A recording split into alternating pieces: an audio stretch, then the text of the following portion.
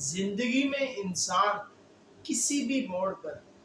کبھی بھی انسان کو یہ نہیں سوچنا چاہیے کہ زندگی میں ایسا موقع آئے گا کہ میری تمام وشز فلفل ہو جائیں گی۔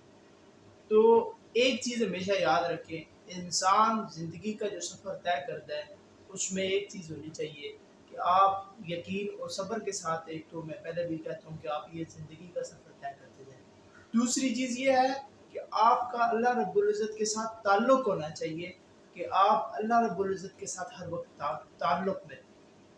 تیسری چیز یہ ہے کہ آپ کو کوئی چیز ملتی ہے یا نہیں ملتی، آپ کی وشز فلفل ہو رہی ہیں یا نہیں ہو رہی، ایک رول، ایک پرنسپل جو اللہ رب العزت نے قرآن پاک میں بتایا ہے، آپ اس کو فالو کر لیں۔ لَإِن شَكَرْتُمْ لَأَزِيدَنَّكُمْ، اگر تم شکر ادا کرو گے میں زیادہ کروں گا، یہ اللہ رب العزت نے وعدہ کیا ہے۔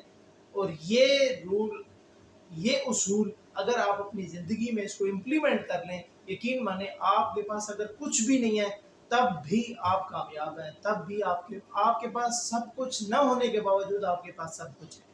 اور یہ یقین مانیں کہ اگر آپ نے اس سوریے پر عمل کر لیا، آپ کی زندگی سکون، پیسفل لائف اگر آپ چاہتے ہیں تو آپ اس